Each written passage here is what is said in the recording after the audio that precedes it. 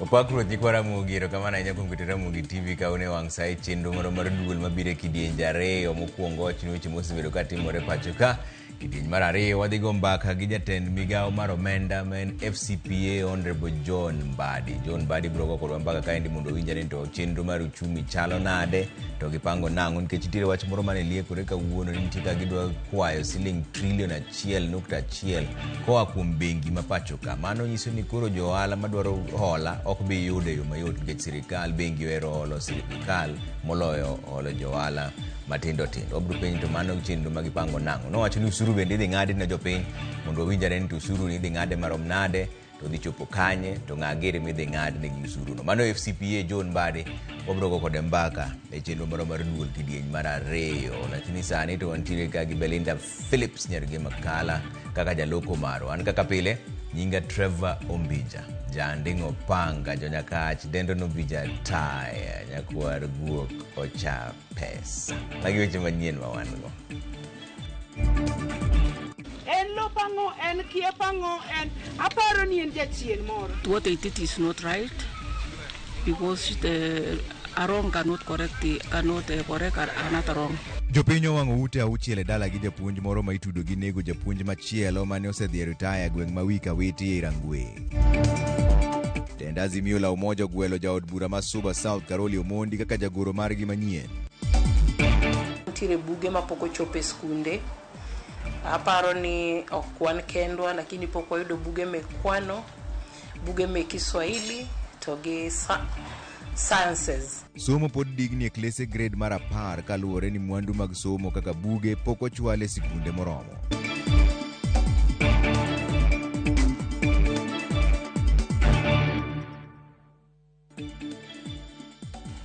Ero kamano, chaka ni weche manyien ni jata tije mar duol matayo yiere pacho ka IBC Marjan Hussein Marjan ogwe tao ka owuok e lemono. E barua mano ondiko ne jotije IBC Marjan oyango wuok mare kendo kopuoyo thuolo mosebedo e lemono.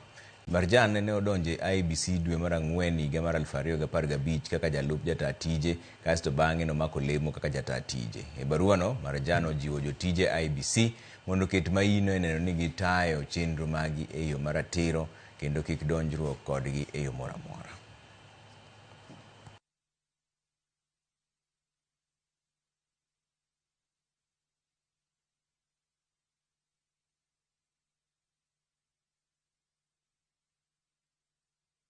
Ka yiero kayo machiegni duond bura mar UDA osechako iko joge gi madhi chung kalaro kombe gi otiko margi. Josiasa mopogore opogore osewuok oko mar manyo otiko kendo nyiso dwaro margi mar dhi laro kombe. Moko gin nyinge manyien e siasa ka moko to gin jotene mane osebedo e kombe go e ndalo machon. Cleopas Oluoch kolonwa moko kuom nyinge go kod kuonde ma wenge biro rango ahinya e yiero madhi biro. Romo kayo, kendo jatend piny Kenya William Ruto ochano romo gi ji ma olap dhogi osendong ne kombe mopogore opogore ka gigeto yudo tiko mar duond bura mar UDA e yiero mabiro. Romo no idhi bagie kar jot mar jatend piny Kenya man bure Nairobi. E piny Kenya mangima, e duond bura mar UDA, kom gavana oyuayo jochung maromo 149, ka kom seneta oyuayo jochung maromo 279, jod bura mag county kata woman rep gin 323, ka kom mar jod bura ni kod ji maromo 1372, kom MCA oyudo ji maromo 10230 madwaro chung. To counties makaluo yuayo jochung adi e kombe ahinya mano mar gavana. County ma Homa Bay ni kod ji 3 e kom gavana, ka Migori ni kod ji 4, Siaya ji 2, ka Kisumu tonge ng'ato ma ochung gi UDA. Boma ma Nairobi bende en moro ma wago e nyong'ong. Kom gavana gi jogo madhi tiyo gi otiko mar UDA oyuayo ji 9. E iye kanyo Gavana mokwongo ma Nairobi Evans Odhiambo Kidero onyiso dwaro mare ka gavana Masani Johnson Sakaja bende oketo nyinge kompyuta ni odhi chung gi UDA kendo yiero mabiro. Wamenyo counties makaluo ni jochunge kom gavana gi gin jomage. E county ma Siaya, Engineer Nicholas Gumbo Wajonya kod Oduor Millicent Odhiambo ochwalo nyingegi ka gin kod dwaro. E kaunti ma Homa Bay, Ogutu Mak Matunga kod Owidi Kavins Odoyo onyiso gombo mar telo ne kaunti no e otiko mar UDA. E kaunti ma Migori, jolar kom gavana gi otiko mar UDA oting'o Ochieng Pamela, Ngao Joseph kod Marua Rebecca. Ka opogore gi kom mar gavana, jimamoko bende onyiso dwaro mar laro kombe mag od bura gi otiko mar UDA. Kar chung' od bura ma Bondo, Mansiaya, Thomas Andiwo onyiso dwaro kao Yugi Frederick dhi chung' gi UDA e kar chung' od bura ma Ugunja. E kaunti ma Kisumu, jochung' mopogore opogore owuok oko kamoting'o Joshua Nyamori madhi chung' Kisumu Central, Collins Ochieng Nyakach, Ayugi George Kisumu East, ka Ogendo Richard dhi dok temo Kisumu East gi UDA, Anyango Paulins Ochieng Nyakach, ka e kar chung' od bura ma Seme Weda Ambrose odirore pap. Kamachielo e kaunti ma Homa Bay, ji odonje pap kendo nyiso dwaro margi. Nyinge ma imenyo e kom od bura mano mar kaunti kata Woman Rep e kaunti ma Homa Bay gi otiko mar UDA gin kaka Tabitha Nyandiek kod Ndinda Grace. E kar chung' od bura ma Homa Bay Town, Ogindo Martin oketo nyinge listi. Karachuonyo, Odemba Karelus kod Obuya Kennedy biro laro tiko mar UDA. Kar chung' od bura ma Kasipul oywayo jochung' kaka Rocco Philip kod Vikins Bondo. Kasuba North oywayo Silas Jakakimba kod Ochola Steven manie listi mar jo UDA ma ochung'. Kaunti ma Migori ni kod ji mopogore opogore e kombe mag od bura. Kar chung' od bura ma Wendo ni kod jochung' kaka Opio Jared mane en jaod bura machon ma Wendo kod Iska Oluoch. Kar chung' od bura ma Nyatike bende oywayo jaod bura machon ma kono Edik Anyanga kaachiel gi Dula Shilton. E kar chung' od bura Marongo, Okelo Dorothy Atieno, Ojwang Hillary kod Zata John Baraza magi duto biro rakore ka gimanyo tiko mar UDA.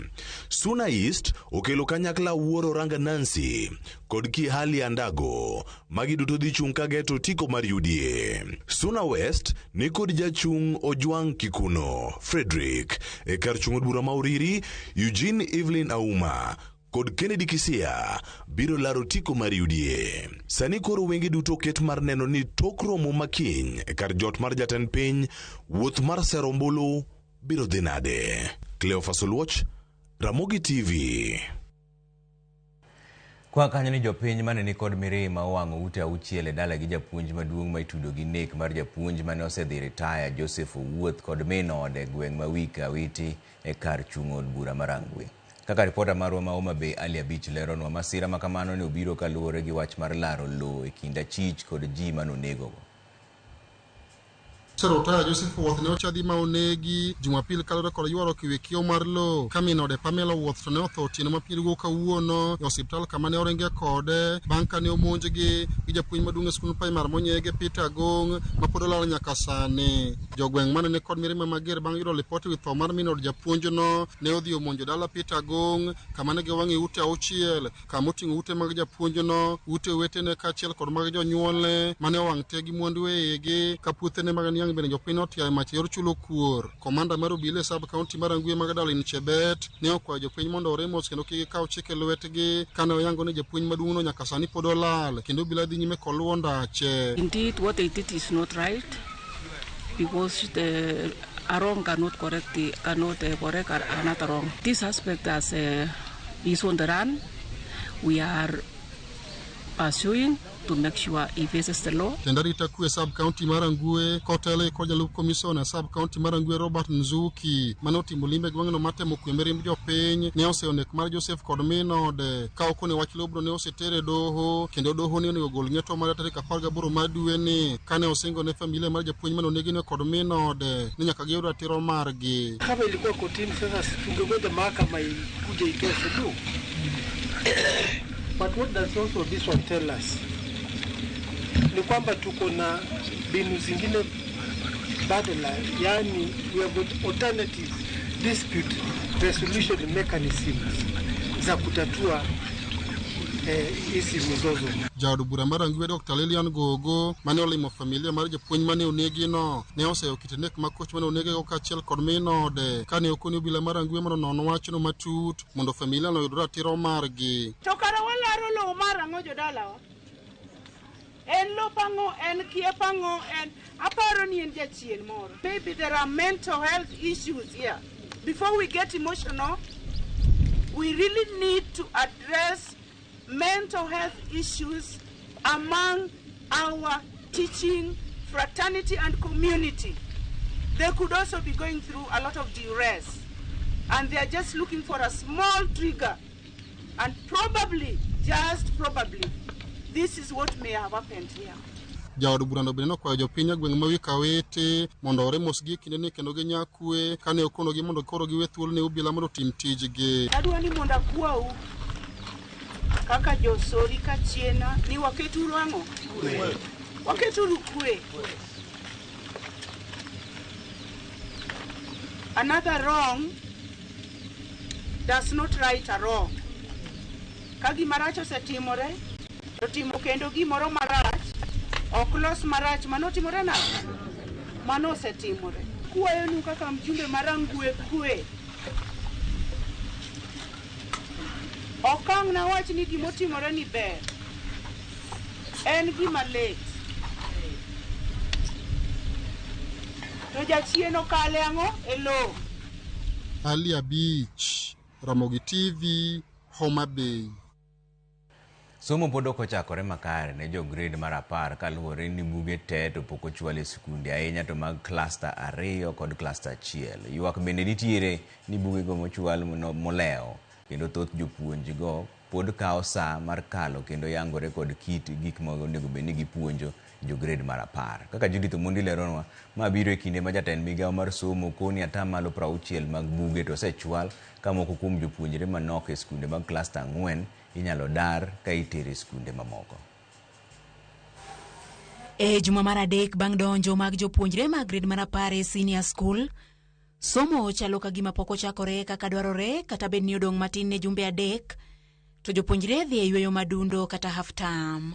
E skunde ma somo osechakore, somo ahinya to mag kwan kod sciences pod yware kaluwore ni buge mag chwalo somo gi pok ochopi e skunde. Skundwa ka wasechako puonjo mar CBE kendo jo grade 10 ni e class kendo puonjo dhi mbele. Waseyudo buge, kata kamano nitiere buge ma pok ochopo e skunde. Aparo ni okwan kendwa lakini pok wayudo buge mekwano, buge mekiswahili. Moko kuom skunde oseyudo jopuonjre ma kwan gi oromo puonjo, kata kamano jopuonj mag moko kuom lony ma jopuonjre oyiero onge kendo nyalo lal poni duol mandiko jopuonj TSC okoro jopuonj. Dwa kwa jopuonj pod wadwaro moko. Kalure gi population ma nyithindo e school, jopuonj dwarore ma nyalo konyowa puonjo subjects kaka media technology, wan gi subject kaka marine science gi home science. Koro kata ka wadhi mbele kaka school kendo watemo manyo jopuonj, de wagomb ni serikal be mondo mi wajopuonj moko mondo mi wapuonj nyithindo gi e yo makare. Ma kata kamano ok chalre skunde duto ma pacho ka, walimo achiel kuom skunde mag cluster 4 e county ma Kericho, kendo ka buge duto osechwal, kata kamano jopuonjre gin mana 5 e klas, 4 kuomgi gin mane otimnegi apedha kod ruoth magweng'ni. Penjo maduong' kaka somo dhi bedo kaluwore ni jopuonjre gi duto ni kod lai ma opogore opogore mag somo. E skund sekondar ma Obambo kata kamano, jopuonjre ma oa mabor odhuro kendo dwaro nitie mondo mi oger kar nindo manyien. Nyithindo noa kuonde maboyo kendo gidwa ni mondo gidag e sikul. Kanye ma wan gi shida kendo wakwayo ni kwa nyalo yudo dormitories moko to nyalo konyowa kabisa kaka school. Otherwise wase embrace CBE kendo watiyo matek mondo wane ni wachake maber kendo nyithindo gi owinjo kare somo mondo dhi maber. Jatend migawo mar somo Migoso Gamba nicha okoni gichano riwo jopuonjre ahinya to ma ochopi e skunde mag cluster 4 kamoro achiel mondo mi puonjogi obed mayot. Judith Omondi, Ramogi TV. Jodak ma Makalda e sub county Manyatike ne obago ng'anyo ka giyuago rochruok mar arita kwe e gweng'no. Otieno manyoro johala ariyo motimo ohala e center ma Makalda nyoro ne oyudo hinyruok bang' jonjore monjogi kendo mayogi mwandugi moriwo koda ka omenda. Jofwambo marwa George Juma miwa ler. Ng'anyo ni mano ba ko jodak ma Makalda obiro mana bang' dala achiel bang' ka johala ariyo ne donjruok bang' ka nogo kolisa kod jonjore maber no magi mwandu mopogore ma oting'o omenda maber nyaka ni koro poko yangi. Offices te mag sirikal man ka onge manigi gimoro unless ong'iew gi manyien, nikech kuo itimo manuo kata ng'at achiel mosemaki miwacho ni kawuono to nwamako ng'ato onge. To wamiyo security team motelne gi bwana DCC ultimatum of 2 weeks ni wadwa neno changes. Change mokwongo mosadak Nyatike ka higni tike waka wasedake gi kue higni te makata in gi pesa inyalo ninde ndara kanyo kinyi chiwi dhi odi onge ng'ama donjre kodi. Wach bunde modonjo Nyatike ka sani odwa buoga Nyatike tin. To wan koro gima chwanyowa kabisa ni security ma Nyatike is so reluctant about the occurrence. Jodak ma Makalda ka otele kod MC margi Felix Okwanyo wach ni ma otelo ni monjni jogo ma chechgo ni jonjore ne omonjo lisasi e kar dakni juma achiel mokalo. Gima otimore ni ok gima ber, jothurwa ok gima ber, nikech pok otieko jumbe ariyo e kanyo lisasi omuoch ka. The same ndara kama nyo lisasi omuoche no be malisa nyo yakomuoche nyoro. Na aparo kaka ng'at ma layman ni no nego benien kama polisi osiko karingo mondo miyongi kama nyo lisasi omuoche ni, nikech omuoch Monday to the next Monday lisasi chak muoch the same time machalo gi mokienchana. Polisi wa Manyatike mondo mi wang'e ni wan gi polis machiegni no ni uru ng'ama nyotimo mondo wayudi duoko mondo wabed kod gadieri ni wan gi security Nyatike. Mwaka hii yenye tunaanza tumeona kwamba Nyatike imeharibika. Tunaomba tu MP Marwa wetu na serikali wetu ambao anatulinda ili watoke nje watulinde. Okwanyo wacho ni rochruok mag arita kwe nyaka sani koro ketho ohala kod yore neng'o moko e gwego mag Nyatike. Ni nyiso ni jogi dwa tieko economy mar Nyatike. Mine waka matiyo matek madhi menyo kama tek okinyi nyiso ni jogi koro biro keto life gi at stake. Tend arita kwe sab kono ma Nyatike ne osingo ni koro gitimo pedha ni jonjore ma itudo kod monj machal kod mae manowe ka johala no donjruok mopogore mar lisasi. Mfanyi biashara wetu ambaye alipigwa risasi na kunyang'anywa pesa ambayo dhamana yake haijajulikana na wezi. Askari waliposikia mlipuko walienda huko mbio na hao watu wakaweza kutoroka. Sasa mambo ya uchunguzi inaendelea. Bendege kwa Uganda mondo koro tika mara achiel kotenda itakwe mar kedo kod jonjore. Washikadau wote tukijumuisha pia wananchi tutakutana na tuhakikishe kwamba hakuna kisa kama hicho ambacho kitatokea tena siku nyingine. Ne jowa modake Nyatike ka nitie jowa mowuok kuonde mopogore nikech ka en kar menyo onge ng'ama inyalo tam nok nyal dhi menyo e area moro. Koro ng'ama obiro menyo gi bad intention imbe waketie rada. George Juma, Ramogi TV, Migori. Paso di yo moro machuok kudugo to wadhi bedo gi weche manyien mapod ni irwa kaendi kasto bang'e wabiro go mbaka gi FCPA Honorable John Mbadi men jatend migawo mar omenda wago kode mbaka e wach mar uchumi ma Kenya kako chalo imbido winjo pachi 3-6-0-0 taneno kuseoro pachu ka to mokwongo aoro mos ne jogo moko mantiere kaendi Konyango Women Group kane Buaja polling station kanyo.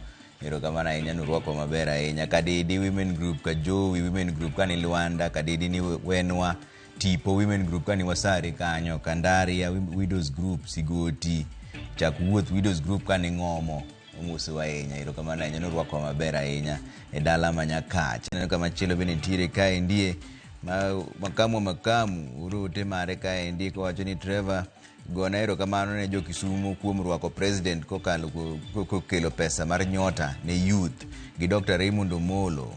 Wasewuok wan wadhi Canaan through Singapore gi Oburu gi president. Ng'ama oneno pek Jakom nokelo demokrasi to gi chak margi.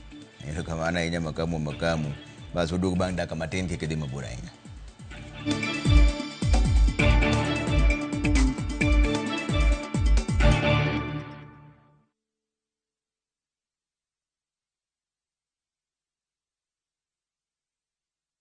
Revisha ushinde. Open and save in your KCB Gold Savings account and win. 50K school fees can find you anywhere.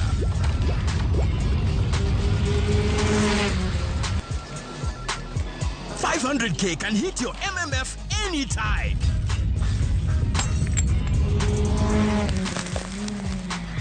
One-bedroom apartment ya 5.7 million can be yours. Revisha ushinde. KCB, for people, for better. Nyikwa Ramogi, bedi her mar loko puothi obedo ohala madhi maber kendo med yuto mari. Ober nikech en crop manyalo miyo ipidh kata gwen, pidh dhok iyo mayot. Wakelo ni chenro mar pur gi ohala. Chakre ikolo nyaka geng'o kute machamo pithwa. Pur mar nyanya nyaka ing'e tuoche mag nyanya mokwongo. Mar ariyo nyaka ing'e yedhe migoyo nyanya. Puonjri yore mabeyo kendo manyasani mondo imed keyo mari. Mondo yud yuto maber en ni niang' nyaka ido maber. Miol ne pi, timne irrigation. Kaka chiro medo lokre, wanyisi gigo mausre kendo nigi nengo kaka kinde loko. Koro rabonda nuka pure kota eka nika pure maber balose, tayute molo kana yudo odoma e puodho mar kota neka. Tudri koda ana lori nyaka black, tichadek, sachiel deka 45 to mana e Ramogi TV.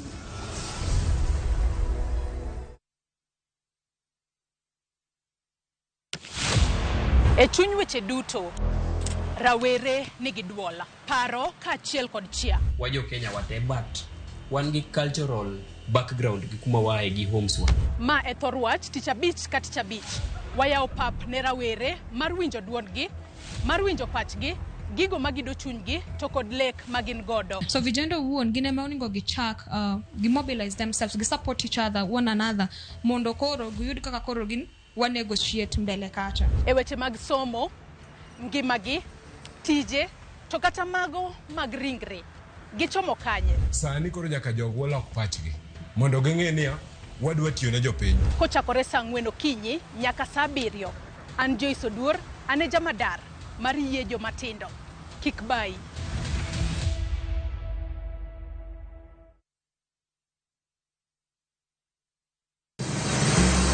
Be isepenjori e sigendni mayudore kuonde ma waluongo ni pachowa? Kapuonjani nobiro nikech gwenyruok e kind owete. Riwri kodwa mondo wanon sigendni mabeyo mag kuonde ma wadakie.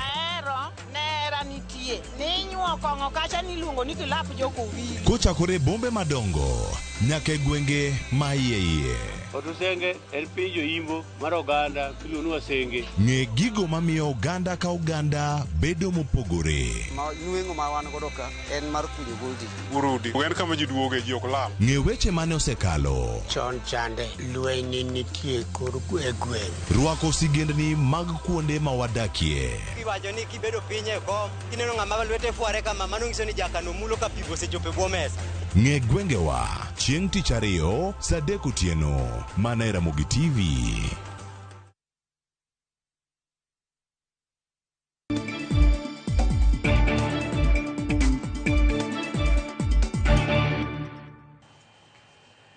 Morwako kendo ni riwruok mar Wakeini e od bura ma kaunti ma Siaya onyiso luoro margi ni tuoche kaka yaki e kind tuoche mamoko kod iye moiw kidek medore kuonde mikunye mula ahinya to e kaunti ma Siaya kaluwore kod ohala marach magiwacho ni dhi nyime kuondego mar welo mula gi del, gino magiwacho ni koro nyaka tieki. E twak margi gi jofwamb weche, jotelogo ne wacho ni ponono ni od bura ma Siaya orem mar kalo paro mar chik matayo retich mine e kuonde kunyo mulago, to kata kwande nyithindo makiye nyalo medore ni mar gisefwenyo ni nitiere joma chuo matiyo marach gi Wakeini ma ok nyal donje bugni mag kunyo mula. Wadagi wach mino bed kod right margi. Ma kodhi tich to dhi no dhi tich. Ok ne okelo chiemo to en was kuoni mesa en was kecho osenindo kode kanyo. Ibiro gatedo gigi, we say no, and it is a big no. Gold mining, cat sexual exchange osebetie, tuoche be nitie, HIV, spread of HIV and these sexual diseases mako joma minegi to mako joma chuo. Koro gikone gold ni ok okonyowa, instead otieko ji. Omiyo sirikal kako wachuno it is high time you take action, immediate action. One any jowa matiyogi duanegi machalnadi. Ngima gidirit machalnadi. Minegi brotho to kuro gimedo kelo shida nikech nyithindo giwe makie. Ipim kata nyithindo na gimotimre ka koli kelo pesa no chiemo e mesa ilur ka ketim. Kendo in ngama chiliel ni kendo ka idhi tiyo tich matek ma medi kata tuche. To sirkal ma county nitie wacho ni wadag. Kendo wacho ni demand ni kata law enforcement, the police monego bed ni keta rita kwe. Onego bed ni timo patrols to ngiyo mine ni tiyo kuro e conditions machal nade.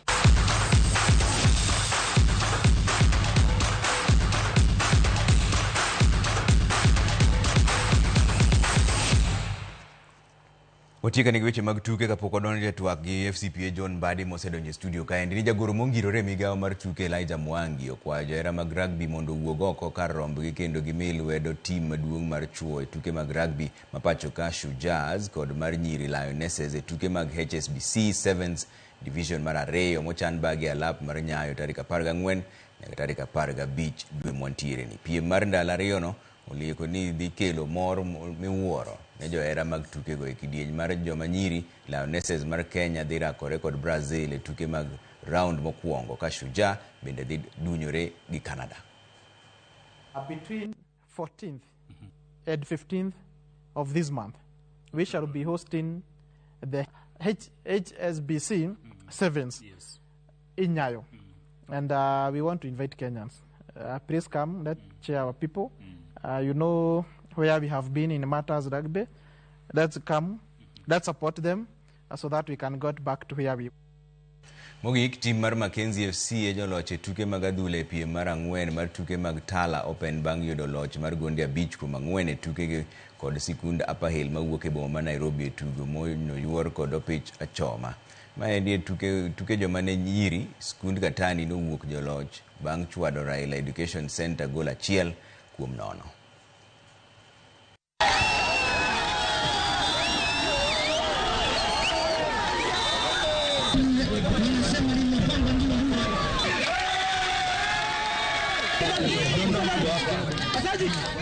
This tournament has brought together so many schools. We have brought together 83 schools and the teams were over 123. This tournament is bringing together teams to prepare for high school games.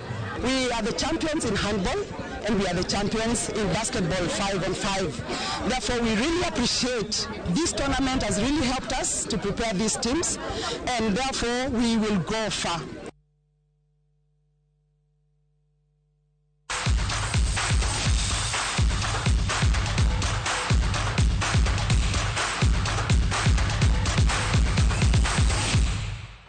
Bas wadhi yue moro machuok duogo to jako gomba ka gi FCPA Honorable John Mbadi men jatend migawo mar omenda odhi penji ni to chumi chalo nade pacho ka to weche mag siasa bendo chomo kanya. Neno kama makamu osewacho ni Trevor Musna Minister mar Finance John Mbadi mano ng'ama osomo economy beyond repair. Makamu nting'e kizungu gigi wanere bang' daka moko matin.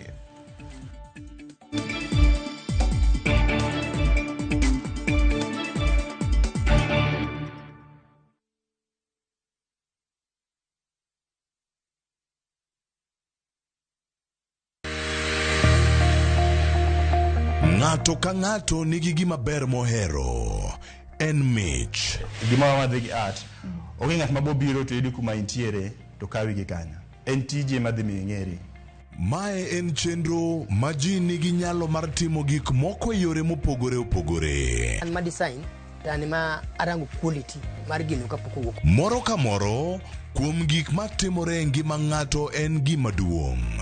Tije lwedogi nigi pesa sana, kikutegemea tije andika. Nikech duong' ok en gima iwacho gi duol maduong' seche moko, to en gima itimo gi lwedo. Mi pok ni no teko. Time seche te. Pok opogore. Tich Ang'wen, saa 2 okinyi.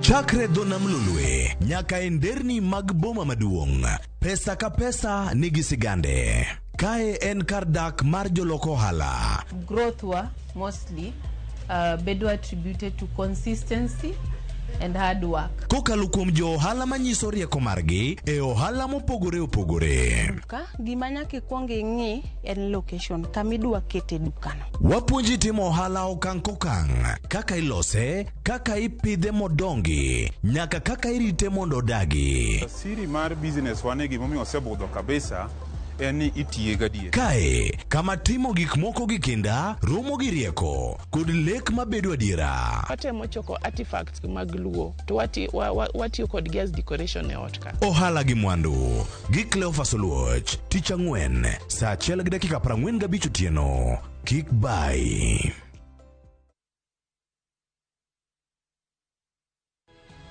Nyikwa Ramogi. Bedi her mar loko puothi obed ohala madhi maber kendo med yuto mari. Ober nikech en crop manyalo miyo ipidh kata gwen, pidh dhok iyo mayot. Wakelo ni chenro mar pur gi ohala. Chakre ikolo nyaka geng'o kute machamo pithwa. Pur mar nyanya nyaka ing'e tuoche mag nyanya mokwongo. Mar ariyo nyaka ing'e yedhe migo e nyanya. Puonjri yore mabeyo kendo manyasani mondo imed keyo mari. Mondo yud yuto maber en ni niang' nyaka ido maber miol ne pi timne irrigation. Kaka chiro medo lokre, wanyisi gigo mausre kendo nigi nengo kaka kinde loko. Koro rabonda nuka pure kota eka nika pure maber balose tayute molo kana yudo oduma e puodho mar kota ne eka. Tudri koda an Alori Nyaka Black tich adek saa 1:45 to mana e Ramogi TV.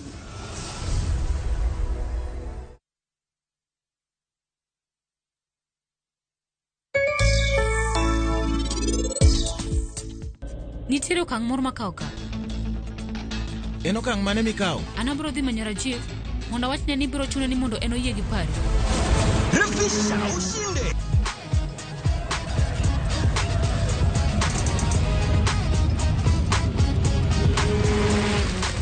$50K ya Vasha ama MMF haingoji. Open and save in your KCB Gold Savings account for a chance to win many prizes. KCB, for people, for better.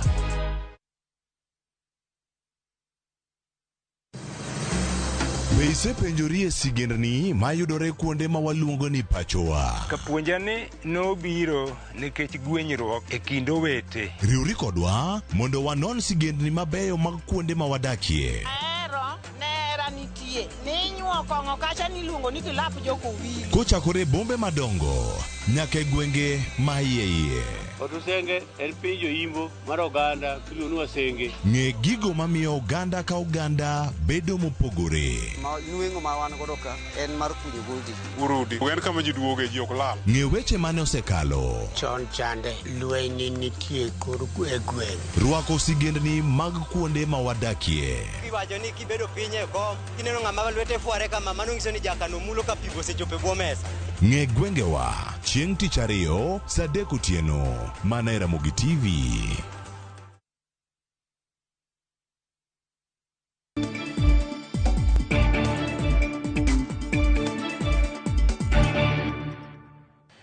Erokamano ahinya kuom keto Ramogi TV ma kidieny mar ariyo mar chenro mar duol. Wan gi wendwa modhial mosedonjo e studio kaendi, Honorable FCPA John Mbadi ma en jatend migawo mar omenda. Waziri, erokamano ahinya kuom erokamano Trevor. Mamor ne ni higa manyien ni. Erokamano and happy new year. Happy new year pok onenore. Abiro Ramogi TV ka nyaka nyo higa chakre. Warwaki ahinya. Erokamano. To kwachako ni uchumi neno kochalo nade in king'iye kama ochopeni? Uchumi wa Trevor kidwa wuoye ting'iyo kamwae, ting'iyo gi kama wachope. Anyalo wacho ni wasegatwa mapek ahinya nikech kama wae king'iyo kaka ne uchumi mar Kenya chalo e 2022 to gi 2024 to koro ng'iyo gi sani nitie pogruok maduong' ahinya nikech e 2024 sama kae to adonje tend migawo ma koro antiere ni inwang'o ni ne weche mag bei mag gik moko na idho matek ahinya to e 2022 to ne oidho zaidi no idho 9.6 chiegni 10%. Sani kawuono non ka bech gik moko koro duho idho gi 4.6 4.7. Mano nyisi ni koro bech gik moko kidhi matek kaka ne chon. Mar ariyo uchumi marwa dongo king'iyo kaka uchumi mamoko dongo e Afrika ka kata piny mangima. To ineno ka uchumi marwa dongo higa mokalo dongo gi 4.7%, atamalo 4.7. Now higa manyo rumoni, mano 2024, to higa manyo rumoni ineno ka koro osechako idho koro nogik 4.9, masani an ga diere ni 1/5%.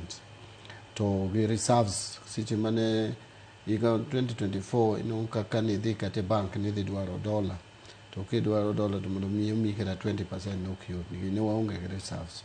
Sani koro reserves osedongo ma wan gi dweche adek 5.3 dweche abich nukta adek mag import kidwa kane wang'iewo gik moko wan gi dola moromo wakelo gik moko, an mano be pesa michulo go gope. To ka nyalo tieko wach mar uchumi, sani neno ka nyowa chako ka weche mag gope odewa ma nyocha ji ok ong'eyo kata Kenya biro bedo gi teko kata gi nyalo mar chulo gopegi ma 2021-2022 jo IMF nowacho ni Kenya achiel kuom pinje 6 ma ok ne dhi chulo gopegi. To kuom pinje 6 go pinje 5 actually fail ma ok chulo gopegi, ma Kenya kende mose survive nyaka sani. Ni neno ka joma ng'iyo kaka pinje uchumi margi chalo kendo nono ka be piny ka piny nigi teko mar chulo gope. Nyo golo Kenya kuma nigi duoko wa chien higa 2024 dwe mar 7 sama kaito adonjo office ne giduoko e grade moro ma piny ahinya ni CAA1, kaito giwacho ni outlook marwa is positive to wan kama rach.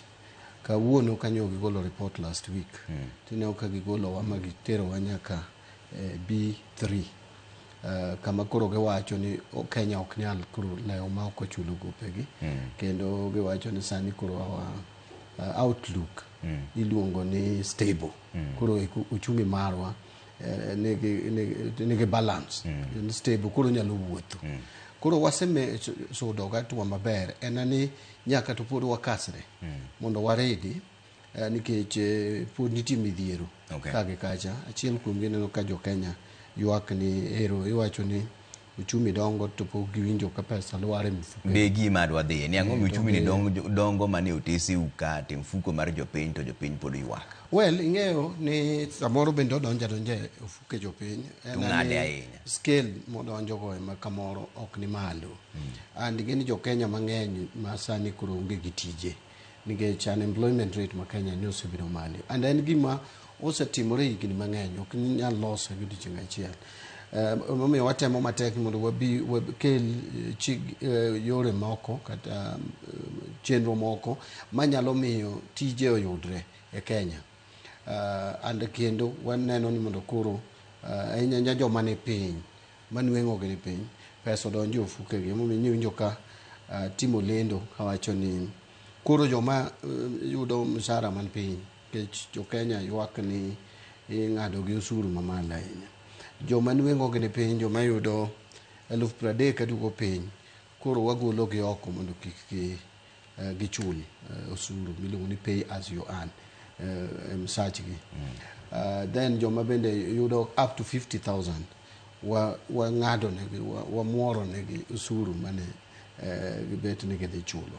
Koro mago gin achiel kuom yore ma wakawo go joma ni piny ma winjo pek mondo koro wakel gimoro e fuko gi mondo koro ibed gi teko ma ginyalo ng'iewo go gik moko, nikech duoko nengo mag gik moko en achiel ka nengo gik moko dok piny. Ariyo bende miyo ji pesa e ofukegi mondo ka ng'ato yudo ka koro en gi pesa mang'eny molo manyien go nyoro kata bech gimoro gik moko en aina kama ne entie to winjo ka koro en gi kore ufungore, en gi nafu. Mano e gima koro sani watemo timo ma atero proposal no e bunge machiegni, kata ok arit finance bill mwadhi timo dwe mar 6 kata mwatero e bunge dwe mar 4 ma idhi tiek dwe mar 6. Adwaro ni by dwe mar 2 ni korumo dwe mar 3 mondo water chikno mondo jowa manigi msachgi ni piny mondo koro ochak yude nafu webedo ni gichulo usuru e kiwango ma gichulo. Imbe king'iyo gini waziri, to ing'ado jo Kenya usuru mani malo ahinya, dong imbe yie gi wachno? Well, ing'ado usuru man malo ahinya ing'eni ne nyocha nitie levies manobiro kaka housing levy gi mar health. Nikech sani mokwongo kata pay as you earn en atamalo 30, SHIF en atamalo 2.7, housing levy en atamalo 1.5, NSSF be koro biro en atamalo 6. Mano idhi ng'ad ji pesa atamalo 40. NSSF to ing'eni eto ken usuru. NSSF ten pesa ni Trevor. Ing'eni ikane lakini ng'ade sana. Ng'ade but nyaka ng'adi. Koro kose ng'ade to ing'eni bende nyaka wang'eni nitiere kiny nobi. Koro kikwe cham everything kawuono. And NSSF shik mar NSSF ni ing'eni nobiro chon kabisa. Nobiro chon lakini ochako tiyo dwe mwantie. Gine kote mano suspende nyaka sani. But en gima nokadhe chon kabisa. Kapod jatend piny owacho machon Uhuru Kenyatta mane telo. But SHIF mar health bende, nyaka wabed gi universal health cover for jo Kenya te. Momi neno ka wabiro nikech nitiere ng'etogi, koro wakelo bende nafu e line machielo. Tax token 30 ewi 100. It depends gi mishahara miyudo. Trevor, kiyudo sani 50,000 to tax michulo en 7,300 gi 300. 7,300 kiginene kiyude ka percentage mar 50 and 14.6%. So joma chudo yudo 100 koro omedore kamano idho kamano. Niti jomosegi ke bracket ma 30. Koro kwanya wacho ni ji chulo usuru ma 30%. That is not correct. King'iyo the average ma tax pay as you earn in Kenya and about 20%. But what duoko mano piny gi take nikech ka wagolo 30,000 oko. Ng'ada mayudo pesa mshahara nyaka 30,000 30 ok bi chulo usuru. To kata idi ng'ama yudo 1 million imbe 30,000 mokwongo ok chuli usuru. Then from kaka nyowang'ado 32,000 nyaka 50,000 nyowang'adi 24,000 nyaka 32,000 ne wang'adi 25%. To from 32,000 nyaka 1,500 ne ing'adi 30%. Kai from 1,500 nyaka 1,800 ni ing'adi 32.5. Then more over 1,800 ing'adi 35. Now, gimwa suggest up to 50,000 from 30 nyaka 1,500 koro ing'adi 25%. Ok 30 wi 100. Koro kanyo be wang'ade 5%. To kiyudo 30,000 and below to koro ichulo 0. Koro ng'adi chulo. To chon yo kichulo from 24,000 nyaka 32 ka ni ng'adi 25%. Ma enyiso na quarter mar pesa no en about 8,800. A quarter mare ma en 2,200 ne dhi usuru. Koro mano waduokoni. Ing'eni to joma koma yudo mshahara maduong' uneno no pesa mathin. But ng'ama yudo 30,000 kiweyo ne pesa 1,500 kata 2,000 uduogo ne msache en pesa maduong' kabisa. Nikech no yudo 30,000 ne ng'ade 2,000 usuru. Kuro noduogo yudo 28,000 ma kichaki ng'ado moko to dong' matin. Now kiwe ne 2,200 no en kony maduong'. 2,000 no ng'ato nyalo timogo kata shopping matere kata for 1 week. To wajoma do mshahara mang'eny Trevor to ok ong'iewo kata lunch mara. So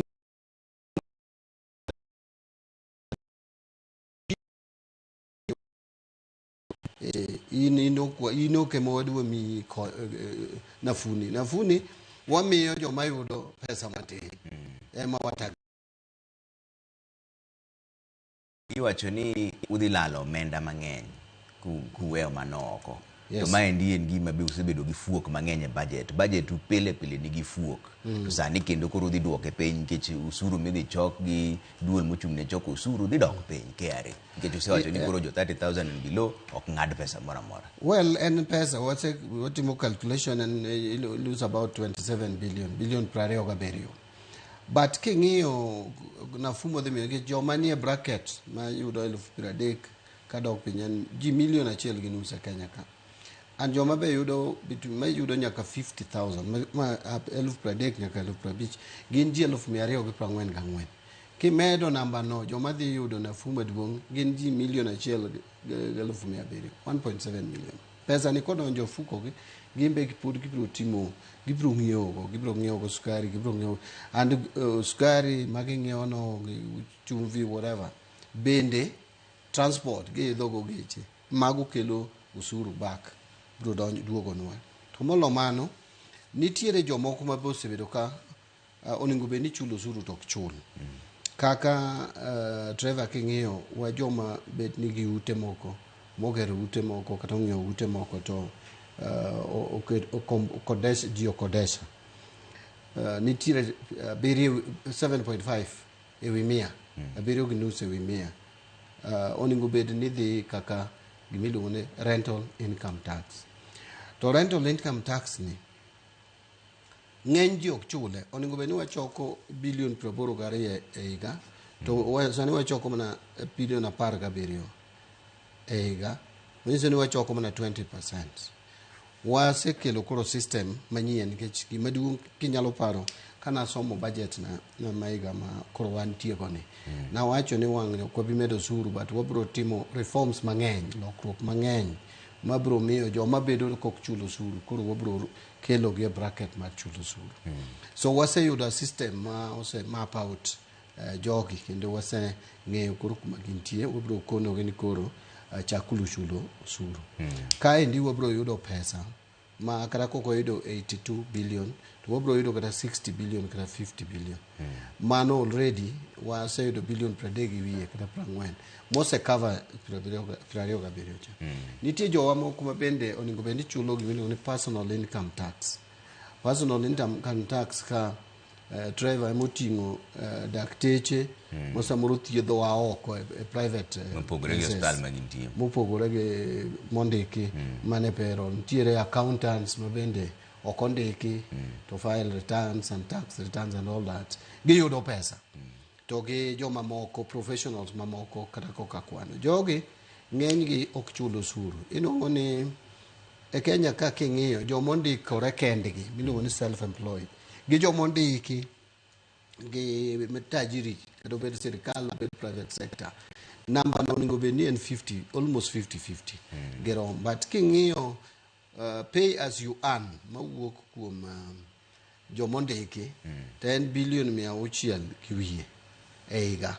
To jogi mamoko gi ma bende yudo chigni msara maromre gi yudo pesa maromre gi jomondiki to chulo only 50 billion. Manyiso ni nitiere chigni over 400 billion kata 500 billion malalala. So wakelo system moro sani makoro wa implement kawuono ni ma be waneno kose map. In fact wase identify ji ma oromo 1,400 chigni 1,400 gi 90 gi wiye, 492,000 ma ok chul usuru to onego bed ni chulo usuru. Jogi wadwa nyisogi ni koro ung'eyo wan gi system ma koro osenenou nikech nyocha nenou tek. Koro chuluru ma usuru nikech usuru ok wadwar gore gi ji kata goyi koko. En gima we tell jowa ni en a responsibility. Nikech waduto watiyo gi yore, waduto watiyo gi schools, wan gi public services gi wadwaro gi wate. Koro these numbers, pesa mabiro wuok kuon magi ema biro dinonwa fuok kata rot ma odong' ka wagolo jowa ma inuongo ni jowa ma yudo msara matin ema ting'o msigo e Kenya ka. Japuonj moro mondiki mayudo 40,000 e dwe en ng'ade kata 2,000 gi wiye, pay as you earn. Japuonj ni inuongo ni chulo pesa ka king'iyo 16,000 a quarter mare en almost 4,000. Japuonj ni chulo 4,000 to 5,000. Ochulo usuru. To ng'ato mayudo 300,000 e private clinic ne kata 500,000 to chulo na zero. It is unfair. Koro wawacho ni japuonj ni machulo 40,000 en chakre sani odhi chulo only a quarter mar 10,000 emodhi chulo kech 30,000 mokwongo okochulie tax 10,000 emodhi chulo 25%, so odhi chulo a quarter mar ma en 2,500. Koro kar chulo 4,000 to odhi chulo ibro nongo ni kuro chulo obro chulo kang'eny to 2,500. So inong ka usuru mochulo pay as you earn odok chien gi 1,500 kata 2,000. Okay. Yes, actually obro chulo more than 1,500 gi jo 30,000. Jo manyo yudo 30,000. Banka chik ni obedo chik makoro okadhe. Koro pesa manying'ado gibro dok negi 1,500. Okay. To nitie report moro manowuok kawuono bende ni un gi fuok mar 1.1 trillion e budget mabiro higa mabiro ni. To udhi kwayo pesa ni e bengi ma pacho ka. Mano dong dhi miyo koro bengi ok mi ohala matindo gi hola nikech samoro amora ma sirikal kwayo pesa iyudo ka bengi koro ok mi ji hola. Mano gima ne ni gazet makawuono. Well, anene mbele naka ing'eyo gima jo ama fwambo weche oningo ng'e ni budget policy statement and a statement ok en budget estimates. Yes, it is true ni wase project ni wadhi kang'iyo pesa mwadhi spend gi pesa ma wa receive pesa mwadhi tiyogo e budget king'iyo kipimo gi pesa ma wachoko to nitie fuok madhi bede mar 1.1 trillion. Mamae en wang'iye as a percentage mar percentage mar iluongo ni GDP. Koro king'iye as a percentage of GDP to odhi bedo ni percentage moro mar around 4.8% or 4.7%. Now, but sani nikech pok negotiate financing from external wakete like obro bedo domestic. But some watim tieko the estimates magwa miluongo ni budget estimates. Kuro bro yudo kwase winjore gi multilaterals moting'o World Bank, IMF and African Development Bank. Gisenyiso wane ginyalo support this much. Grants wasegole. Mago sani pok wagolo grants. Then wabro ng'iyo bilaterals. Nitie pinje moko ma bende support wa gimiyowa loans moko chiwo grant. Bende wachakwa factor. Kae to koro kwadhi commercial borrowing ma bende sani Kenya uchumi marwa nigi capacity ni wanyalo dhi e financial market. Kaluwore gi bende ni our credit rating bebedo maber. So mago kwagolo kaka sani ne nyocha budget masani nyo wayudo funding moako billion 249. Chances are ni the 1.1 trillion wabro duoko piny kata to 700 billion. But hola bengi mapacho ka mago bengi mapacho ka gi pension funds and the rest. But let me tell you, Trevor, the government because borrow money from our financial market. Liquidity in Kenya is high. Yes, our institute Kenya nige financial sector. Financial sector is robust. In fact, Kenya is the leading in this region in a strong financial sector. Pesa mabengi banks wanigo. It's very high. Kingio pesa magine nigo pension funds wasanigo NSSF, PSSF gini. Toge mutual funds, insurance. Where ni the private sector. That we may not be able to even absorb. So, but that does not mean we bedo reckless. Bedo reckless, the interest rates will go up. But in from 2024, interest rates, government or local pesa from these institutions who issue bonds and bills. Also, Dr. Ginus, as in July 2024, 91-day treasury bill was at 15.6%. Sani ni below 8%, 7.8, 7.9. Also dok chien by more than 50%. Gimo mi apenji gino waziri, nikech ing'eni higa mokalo nwaneno ka report moro nyiso ni hola ne sirikal noidho koa atamalo 8.6 nyaka atamalo 16.4 koa kuom bengi ma pacho ka. To hola ne ohala matindo tindo nodok chien koa atamalo 7.9 nyaka atamalo 0.2. Nikech nyiso ni ka sirikal holo pesa koa e bengi ma pacho ka, to mane ma bengi dwaro no figures ma 2024 to early 2025. Yes. Sani the uptake mar credit the private sector has shot up kabisa. It has been increasing. But kudonjo mo the kwayo problem pesa mar ola ne okobiro nikech sirikal no kawo pesa. Problem mar ola ne nikech interest rates ne ni malo.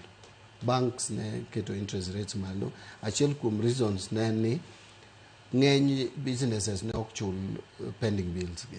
Koro liquidity ne ni low, ji mang'eny ne default. So banks were not ready to chiwo pesa ne ji.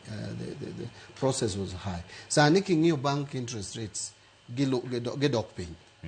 Sani the average interest rate, the latest data was at 14.9% from 17.2% 1 year ago. So in November last year, compared to November 2024, or up from 17.2 to 14.7.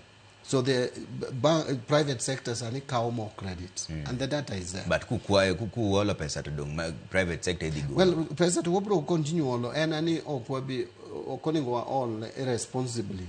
Nikechingeyo all kaugo pe domestic market to gi external market. Gin gi strengths gi to gi weaknesses. Yom nitie to strength maintain. External market bro miyo okwa crowd the what term private sector yudo pesa from the domestic market. But nitie risk mar external market. Nika shilling odok piny, value mar shilling odok piny. To wachulo pesa mang'eny go and sirikal obro bedo kendo zero sum game nikech koro kendo bro chuno wani koro kwanyal dhi olo pesa oko wanyalo mna olo domestic market. Nikech budget marwa and many countries in the world, I can't how many countries in the world manage balance budget. Budgets need deficit all through. And any gap no emoni wa lower. Okay. Emoni kwa sea ne wachako at 8.3. Sani one at 4, 4.9, 4.7. Okay. We want lower it mondo to about 2.5. I don't know weche mokadek. Domestic market be ki ole pesa ahinya to cushion that foreign currency fluctuation, but inyalo crowd the private. So nyaki balance the two, and we are balancing the two very well. Okay. Wadonje ni weche mokadek mende adwani wawache kapok wadonje weche mek siasa.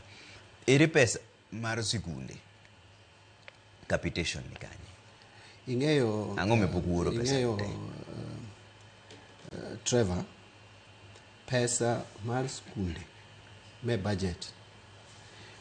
The way mwati any capitation we release 50% first term, 30% second term, 20% third term.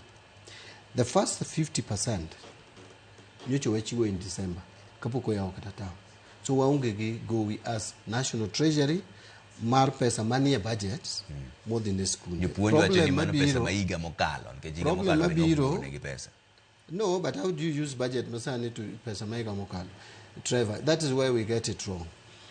And I said this, and you know, misinterpreted. What I said was this: pesa mwakete budget, okoromo wa finance nyithindo te, or education te. Mo mineuka ichiwo percentage. King'iyo an nyithindo ng'eny. King'iyo sani primary schools nigi nyithindo milion 11. Secondary schools or high schools masani gain over 4 million. Then universities 650,000. Now let's confine ourselves here. 4 million, kiko get 22,000 a child. That should be 88 billion shillings. 11, kiko get the cost per child. Let's call it like 3,000. You end up with 33 billion. Okay? Kidhi a budget, you'll find our budget for all of them. Ema samoro biro 80 something billion. Okay? So it means ni pesa mo wango only you about 120 billion katin ne schools. But okwanyang chiwo ma. In fact, nano kaji wacho ni wachok pesa tema basari. Ambe na suggest man one time. But ke go cost mar education. Kwanya lo miyo nyithindwa free education. Kenya is subsidized. Secondary schools or high schools, boarding schools should cost us almost 75,000 per child. Today's schools only go cost 35,000. Now, 75 ni emi kwa subsidized 22. To modo jonyuol chulo around 50 something. Now, yes, no, it's okay. Now, 75, kigole 22, dong 50 something. Emaina no kajo nyuol chulo. Miwa joni school ndio medo fees etc. We are forgetting ni 22 already sirikalo se chulo. Day schools is about 735. Kigole subsidies from government of 12, unka ikwayo jonyuala lufapara kachiel something like that. Now, kikao wawunde ni thindo gete 4 million plus, actually 4.5. Gine day school te. Kagine boarding school, it is too expensive. Kagine day school te go get 35,000 per child, ubrubedo over 130 billion. That is only pesa mwenya lo chulogo high school, more make high school bedo free. So sometimes we talk about free, and okwangeo the implication. Kata mna Kibaki maji wacho no keto free primary education. No keto mna free primary, not free education. Secondary schools during Kibaki was not even subsidized. And primary school kende mno kete pesa. Uhuru mno chako, watch mara subsidized secondary education. Then, owajo ni kurubedi free. The truth is, ni kwadwa finance education in Kenya ka freely, 100%. We have to really free money. Yakawagol pesa mamo okoma the other areas to the education. Because the budget mwake to education sani oknyal sustain. Tokmane majo piny bine wacho ni anga munu timo mano kasi chimuke gazet katu waneno ka jomoko gie state house nigi budget mar kia billion adi joma idho ndeke nigi budget mang'eny anga munu ugoru pexent igolo mage imiga mopogore tirwako kama jopiny nene kuno. You know, Trevor, sometimes uyot kisungulu it's easy to be sensational. But then pesa dima kuro the state house. Pero kataka ni 5 billion. 5 billion will cover what percentage of this money? Okay, and are we saying ni state house okuni? Which country in the world maunga state house? Ungenga mwacho ni kikubedi wacho mane ngade matin ken 5 billion to be kata 4 billion ugola chiel uja kumanyi moko kama 4 billion achel ni kwa med education ka and ngamuko ni okwangado state house if kadina adwa miyo state house pesa te ma they need it would be even 10 billion. You know, state house is not easy to run state house and state lodges in the country. It is expensive sometimes to support democracy, Trevor. And by the way, this is not even democracy. Go anywhere in the world, state houses gain expenditure. Yes, and you see, kata mnajo menda no ma visit state house. Okay, no mistake. Gechika president or decide. President benya karumgiji. Kuro waka only one president. And not you low state house or kurumgi anybody or watch anything. Manu dango be the president man. No, you watching to man 1 year on man. Now, nyaka president room giji, nyako wo giji, ko room giji hotels. Person adima de wachuo. So state house nigi value. And anya kwa bed rational and we do very rational. Niti request ma work na state house mangany ma a reject kana moko ninge mtoka minge okada gache moka reject moka ngado. So okni okwa manage budget ma state house. And ani aken jo Kenya dwaro ni state house waket ne zero budget ekade gibed mamor. To state house ko keto ne zero budget we will not have state house. Okay. Zamoro jiwacho security Trevor nyaka a balance the security sector. Sete mo kelo na request I reject angado not I reject I reduce even to 60-50%. But country machalo kaka Kenya benyaka be conscious about security. Okay. Ka gimoro timore like mano timore do sit cha. I'm telling you, Trevor, our economy would go down. Makata pesa madi wateri kwenye thendo in school. Nyalo chanua. Okay. Kwa team already repeatedly. So nyaka secure country marobe. So security sector no be nyaka yud pesa. IBC no kwa yu billion pra uchiel gadek. Numiyo gi billion pra ngwen gareyo. Pododong billion pra reo gachiel. Iwacho ni ka pesa no ungeto kata mana tich mariga mari yiero maiga ma biro ni ok de timo reo makare. IBC udhi miyo pesa no te. Well, aromo gi jo IBC on Thursday. Gibro justify. Ingeni department ka department, agency ka agency. Kwayo pesa. Geni gidwaro. Demand ng'eny. Ngato nigi dwaro. Ni pesa bede do amia ji every money. Nyocha yudo request for supplementary budget kende. 952 billion. Ma pesa ma departments tete me Kenya. Kwayo ni munda medigi a supplementary budget. Idwa yudo pesa ni kule. So nyaki ingi kaka department ka department ing'iyo budget ing'ado ming'ado inyalo makuro chuno ni nyaka migi ema kuro miyo nikech pesa ne mo waonge go kuro nyaka wang'ad lawa according to our sizes. Kwadwa so IBC abro romo on Thursday abro winjo gik ma critical nikech 42 billion 43 billion is not okay pesa matin and IBC be nyaka rationalize budget because one in the evidence watch only one achiel kumpenye maran the most expensive elections in the world.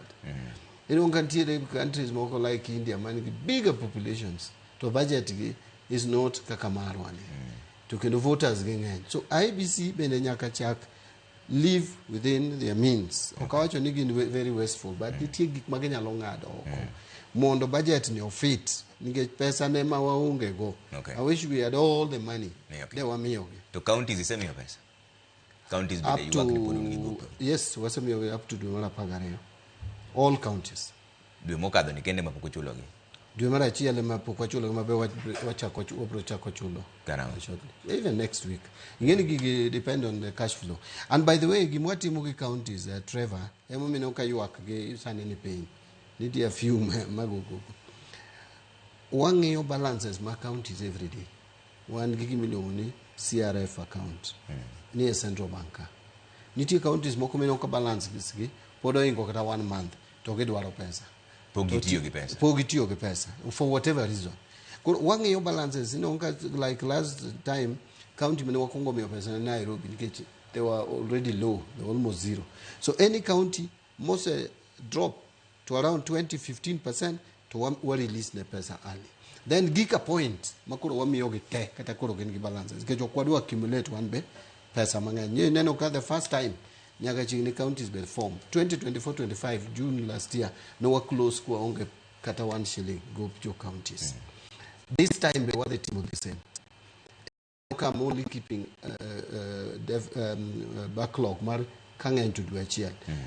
Counties ok be crippled.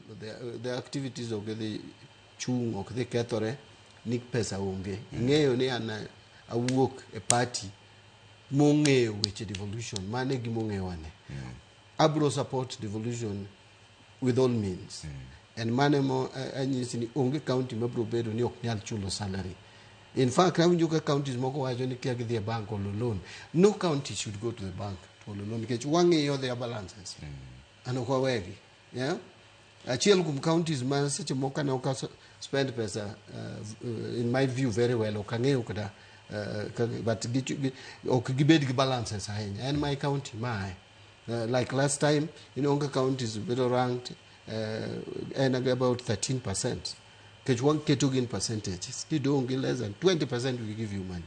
Then Onga gain like 13%. Moko nige 2 months. Poko spend. You wonder why. So one monitor ge county my balance net bank fall below 20%. What release negi money. Okay. Mondo kick counties of the bengi ma commercial nege the logo. Okay. Okonya ndiko mpaka nikapo donje weche mag siasa matin. Nywa neno kaja ati ndu party leader mar ODM wacho ni wach mar kom mar deputy ok gidech go ahinya. Wach mar kom mar namba 1 bende ok gidech go. Wach ni buyie go kaka jo party koso mano chalo ka gima party ni koro dwa dhi piny nikech seche midhi ni udhi go mbaka tiwacho ni udwaro ata nus mar dhiang' bichaki iwacho ni bamni to ka adwaro mana bat. Ang'eyo very well ni nitie timwa ma pod iloso sani madhi go mbaka e weche mag coalition kata riwruok mwadhi bedo e siasa kwadhi mbele. But nya chiko ita e gima Dr. Buro wacho, and I hope I'm not being a sycophant kama Dr. Buro, but aparo ni ok en kaka ne obedo interpreted. Gima no Buro wacho, Uburu ne temo nyiso the deputy president sani ni okine mwadwaro komi, wabire negotiation. To wabiro mna dwaro gima wambe wafil no mokolwa. So ODM the negotiation ok nigi dwaro a specific seat. Ni ok wacho ni ok wadhi dwaro deputy president. No koni kikipani komi mwadwaro. Wan wabire negotiation. In fact, wabire negotiation kenyalo kwayo wata kom mar ker mar president. Wan kaka ODM. Wanyalo the demand ni presidency ni ema watimore nani wadwaro. Kuruka jo UDO wacho ni oyo president to jatend piny masani nyaka defend logically and waneno ni otemo koro wadwoke to jo ODM kono nyaka koro mi wauru dhiang' moluwe kata kom moluwe to kama koma mar ariyo no be koro onge to koro en komane ineno koro kombe gi benigi ndadho gi nitiere of course nitie prime cabinet secretary nitie kanyo PCS masani mudavadi nitie then nitiere ministries bende nigi lumbru gi nitiere mantiere sani national treasury I'm sure ni ing'eyo ni beta nigi lumbru ne okachayo den migepe mamoko nitie interior nitiere actual roads and transport yeah so ena nagombaka nikech kudhi e negotiation tukon one wabiro my number mwakelo and wabiro chiwo support wamiu jatend piny owacho to sama wamiu mano wane miwango ka ok wanyal yudo namba 2 to koro e tend migepe to nyaka wamuka kata dek moko motegno ka to wamedo gi mamoko koro dek motegno kata kwa wacho ne national treasury wakawo and okawach mano nikech antie ng'ama machielo be nyaka kawe kata mane ODM waka roads and transport wakawo interior wakawo koro wang'eyo ne national treasury ni ODM aigwenge mag coast wamiye coast wakawo roads and infrastructure kata roads and transport wamiyo Tokodera kata wakawo interior wamenyanza so okaparo ni Dr. Buru nyoloro dhot ma winjona samoro Dr. Buru winjona ni opogore gi kaka no pare to winjona en ni Dr. Buru temo nyiso jalup jatend piny maen Kithure Kindiki ni kik nikech wach moro osebedo ka gore ne wadhi for kom mar Professor Kindiki okoni ok komie mwadwaro wabire negotiation imbe inosiepwa wabire negotiation wane nyaka ung'e ni wan bende share wa kada share ni tukuru bedo use maracha nya wawachi ni wambe nitiere migepe wa kata karwa girwa monego timro na omiwa so an mane kaka na winje tadiri kidhie negotiation nyaka kete malo so okapare ni wan kaka ODM nikech ODM kanye mantie ni wakete piny ka no nyaka wakete mna malo nikech kata mna namba 1 kata namba 2 wambe wanyalo mna bede driver kaji uwinjore mowacho ni an badi an madhi bedo presidential candidate 2027 okapare ni campaign ge yawa mani opposition gi datama yo wamochokore ma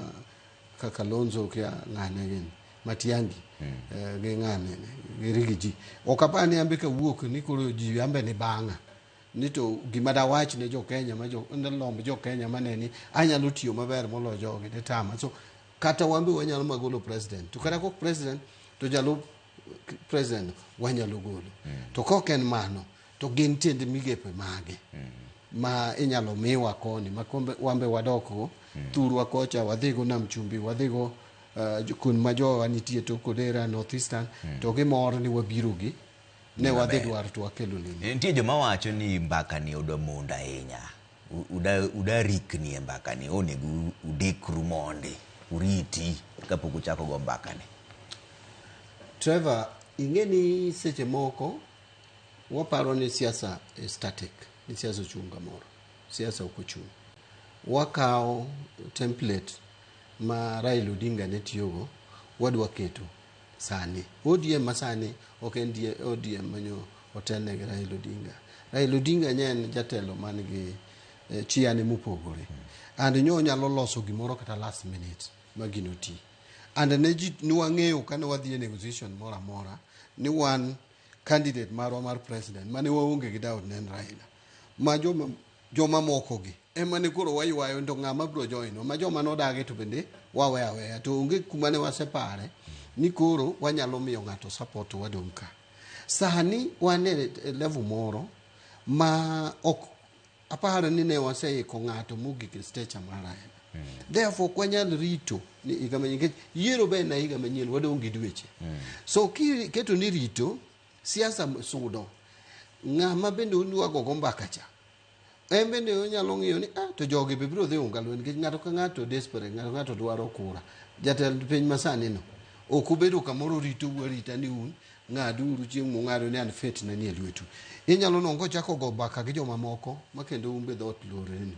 So gima nyaka watim sani ni wan be nyaka wakaw korwa nikech wan oganda maduong'. To dhoudi mamoko be ng'e ni wan gi gini. Seche moko aneno ka jowa giwuoyo ka gima wan e chama mar ODM kendwa. Dhoudi mamoko gi kane Raila nitie ne geno ni malo.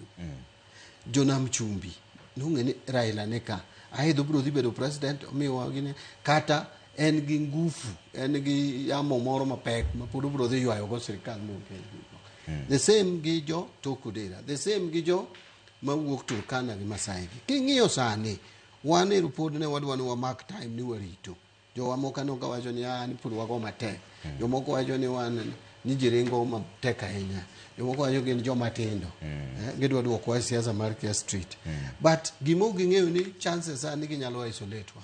Mwadong' kendwa nikech Jonam Chumbi ere gimbe gigo kodwa mbaka ni watim rito. Koso gito already gisechako wuoth gidwa dhi kocha. To jowa manyo wan kuma jo Tokudera gi dogi no kanyaka jowa ma jo ODM oseloso committees campaign ne jatend piny masani. Already barasa gini ma governor ma Kakamega otuo mageni ma jo ODM matimata already gin kanye. Already giseloso committee ma gidwa campaign nego jatend piny masani. Ito podi dwa rito. Aya king'iyo jo Turkana eregi gisechako wuoth. Jo Masai manyo wan go Oladama lekina gini begi kono wani watim rito. To jo Coast jo gini and Abdusoma gin gisewacho ni gidhi miyo jatend piny masani tutam. Ka okwago kwandwa maber ni pur wawacho ni en sama piny pur chon nyaka waket matek, nyaka wago matek, wabro end up ni wadong' kendo wachako kendo kako oganda. And sani ka kendo kuro kendo wadwa chako party dwa dong' ni wan oganda achiel. Nikech nyo wabedo gi strategy moro mokonywa. Kaeto wachako kendo wuoth. Bro chako ka another 20 years. Mondo wachako wa build mwaywa dhoudi mamoko mwakel. Kamiyo en sa manyaka wakel joma nyo wan gi party mar ODM gi nyaka wa insist ne jatend piny masani ni kinegotiate kodwa. Kiki negotiate gi jo Nam Chumbi kaka jo Nam Chumbi. Kiki wuo gi jo Masai ka jo Masai. Kiki wuo gi jo Turkana ka jo Turkana. Kiki wuo gi jo Tokudera kaka jo Tokudera. Kata jo Luo kaka oganda Luo. Wuo kodwa kaka ODM. To nikech en bende odwaro wasani yot mondo mi wakone ni kata obedo ni jogi ne biro iri tim go gi break mondi kendo bose go gi break usenyiso ni oyo an adwa na deal gi ODM ka gimoro achiel. So jowa mineno otelo ni ODM sani gi ogifuo azebe the party ni asechair this party higni 10 gi wiye wawego siasa moro machal mane wagoyo 1996 noromo gi diere no sama ne kurka Jaramogi otho. Jaramogi no wewa ka basically wan e Ford Kenya ka. Ne wan na jo Luo to gi jo Bukusu. Ema ne wan go ka. Jowa mamoko noseringo, Muitege mane ni kodwa nosego ng'wech. Imanyara gi nosego ng'wech. Ne wadong' chigni oganda kendwa. So ne Raila otiyo tich matek. Mar ka oganda Luo ka nigi party gi kendgi moyare ma dhoudi moko timore nade odonje. Tije no sama koro onge ni kik wachak wawe oganda mamoko gi ojakre mayiechi mwachako dongo ganda luo nikech wadwa goyo siasa mwago ga pile ni wan nyaka wan wang'eyo kaka wati kedo ne ratiro mag ji koro dhi dong kikedo ne ratiro mag ji dhoudi mamoko gi to sani ng'iyo kaka gidwa yudo konyruok e sirikal mabiro. Okay. Ka koro watieko ojende bende nitiere kama ma ywak Babu Owino gere Sifuna gere mabebire Citizen seche gi giwacho ni gintie kaka owegi oko e chenro ni omiyo gimbe koro gida wuok gichung' kegen. To ng'ama owegi oko ing'e ni party ka party nyaka bed gi joma telo negi and ing'e ni joma tindo bende e kado mag party kendo gin be mag jiwo party. To gima naneno karach gi jowagi en ni gidwa ringo ng'wech matek ahinya e siasa. Party mondo bed intact nyaka kungu luor be jotelo mantie. Kata wan John bade gin ben watindo and bende by the way sama ne wadonje bunge when we were youthful first second term bende wan fiery makata some of joma sani apia ni gin fiery ok nyal chope. In fact kan we kawo platform e bunge diere no ni nyalo winji gimo wacho sani ane ka jomoko wani wa joma tindo ok gin firebrand but gin ma firebrand go koko outside gi chikruok e chien gi gweyo fence. You know, mano is not leadership. Leadership and substance miketo awinjo jomoko wacho ni jomoko wigi oti to kiwinjo ka Oburu chiwo is opinion to in opinion neno nigi substance aye molo kata en gimo wacho. Someone ko make a platform e bunge ni koro wuo, it doesn't even measure to that level. But mano is besides the point. The point en ni wan gi party mar ODM nyene no kata ka gichako yumbni kata sama nyocha kom ngima party wa mar ODM ni joma wacho ni oningo koro kik wati gi President Ruto to gi claim ni nyoge support Jakom. Kar ng'amu keto e sirikal mar President Ruto ne waonge. In fact kata an badi makoro sani jatend migawo e sirikal mar President Ruto ne okang'ena nyalo bedo ka and ne an very little ing'eyo gik mana wacho kata kuom sirikal ni but party leader marwa mane wamiyo teko mondo lead wa no biro mukono wane my arrangement madwa ni wabedie. Arrangement ne manyo wewa awinjo ke joma ni ji wacho ni no wewa e broad base to kana no wewa kani no wewa ka kada ka wadwa to wawach mana ni wadwa wuoke to samo wewa kani donge koro wan gi party leader kawuono ya ing'e ni kata mana Raila Odinga ne make decision to luongo party to wacho ne gin ma decision madwa gine onene ang'o awinjo ka jwaje ni ji mane gine onge nyaka beda leader a leader nyaka bed piny kendi kwanza me par kata kiluongo advisors ni kai kuma dwa tere okanda na tiluongo gi ti imiyo gi pachi to gi reasons to gi luwo. So Dr. Buru bende sani ene party leader wa gima nyaka wakungo atem ene ni nyaka wakungo miye space mamare nyaka wakungo luore chik mar ODM to yiene Dr. Buru mondo miyo discuss coalition gi any party to kelo no report. And Dr. Buru is a party leader ma onge gimoro kata ni en kojolo bede mina sama ne koketi kojolo National Governing Council oket kojolo. National Governing Council ratify as a party leader koro NDC to endorse to. Actually, do you know yani kana wadhi Kasarani mana men in black ogweyo depe ingeni already position ma party leader no fall vacant. Yeah.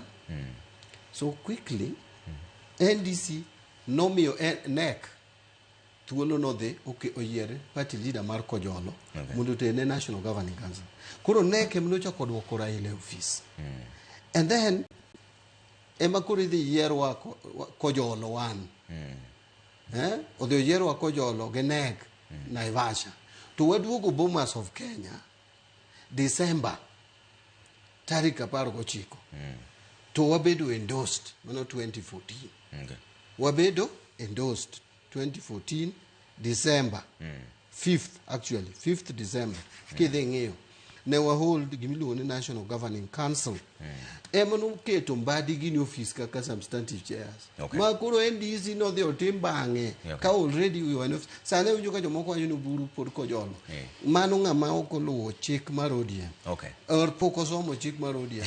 Buru is the party leader of ODM until NDC decides to replace him. Waziri wajago kodi mpaka mapinjuru wa busakoro mawangwa ero kama na inyako miwasechegi biro kaka uguno Ramogi TV kaendi kwa loro mano FCPA John Badi jatend migao mar omenda kako kodwa mbaka yo chenro mar uchumi wacho uchumi de maber wantiere kama maber obro neno kaka weche dhi bedo mbele kaendi mane kama weche chenro no an kaka pile nyinga Trevor Ombija jandingo panga jonyakach dendo Ombija taya na kuwar guo ocha pesa manere bange waziri.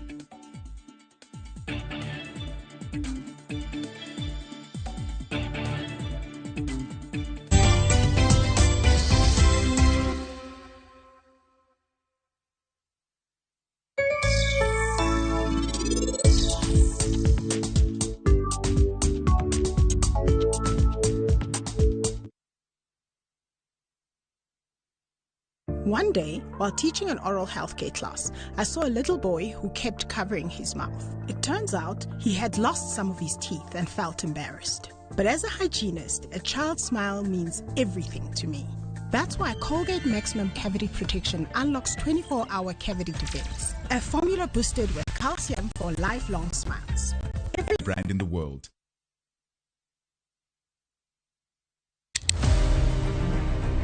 Any woman can be Mrs. Ombaka, but not any woman can be Dr. Ombaka. Give me name